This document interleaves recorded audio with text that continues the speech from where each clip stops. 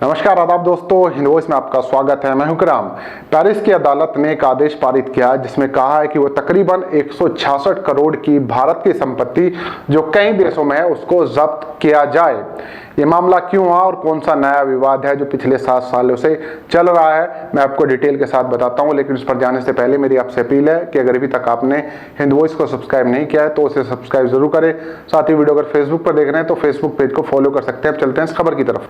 तो खबर है दोस्तों, एक कंपनी है जो तेल और गैस सप्लाई करती है, इसके साथ भारत का तकरीबन पिछले 7 सालों से विवाद चल रहा है। केयर्न एनर्जी नाम की एक कंपनी 2014 में भारत में आई थी, उसको लेकर ये विवाद है टैक्स को लेकर, क्योंकि यहाँ के आयकर विभाग ने जो इसका 10% हिस्सा था उसको अपने पास कब्जे में ले लिया था। तब से इसका विवाद चल रहा था। उसके बाद इसने पेरिस की अदालत का दरवाजा खटखटाया और वहां पे अपना केस डाल दिया।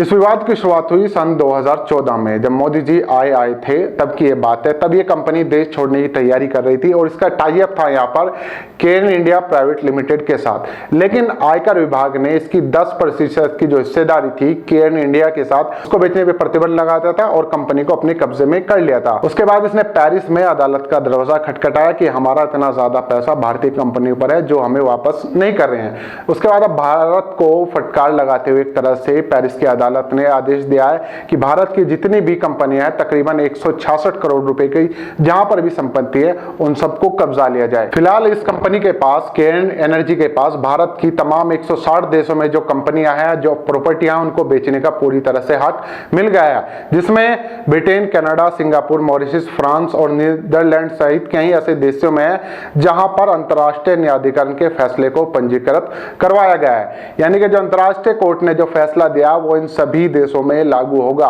और इसके तहत जितनी भी वहां पर प्रॉपर्टी है जिनकी कीमत तकरीबन 166 करोड़ रुपए बैठेगी, वो सबको केयर्न एनर्जी को सौंपना पड़ेगा।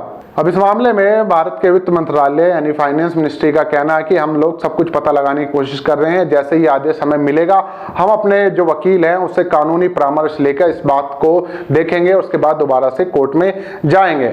मंत्रालय ने यह भी कहा कि हैग की अंतर्राष्ट्रीय अदालत कोर्ट ऑफ अपील में दिसंबर 2020 के जुर्माना भरने के फैसले को रद्द कराने के लिए सरकार पहले ही 22 मार्च 2021 को एक आवेदन दायर कर चुकी है। भारत सरकार हैग में इसे रद्द कराने की कार्रवाई में अपनी और पक्ष दृढ़ता के साथ रखेगा।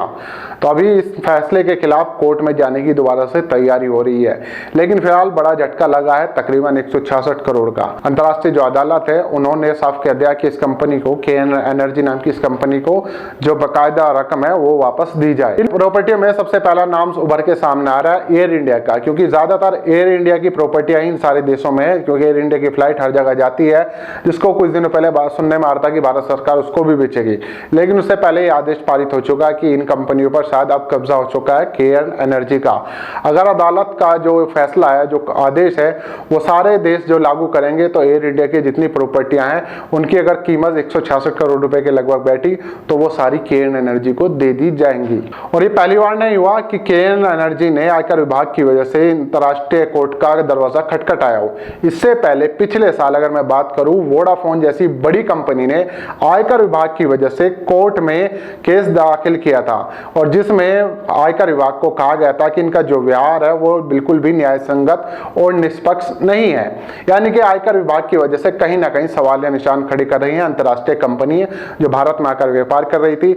शायद उनका ये कहना है कि आज जो आयकर विभाग है उनका व्यवहार है किसी तरह भी न्याय संगत वाला नहीं है, क्योंकि वो अपनी मनमानी तरीके से ये सारे काम करते हैं और अगर उन्हें कुछ ठीक नहीं लगता तो उसको जब्त कर लेते हैं। अब उसकी वजह से अंतर्राष्ट्रीय अदालत में मामला पहुंच चुका है, जिसमें भारत को तकरीबन 166 करोड़ रुपए की चपत लगने जा रही है। तो आप लोगों का क्या कहना है नीचे कमेंट कर सकते हैं। इस खबर को ज्यादा से ज्यादा शेयर कर सकते हैं। दोस्तों, मिलते हैं फिर किसी और नई खबर के साथ।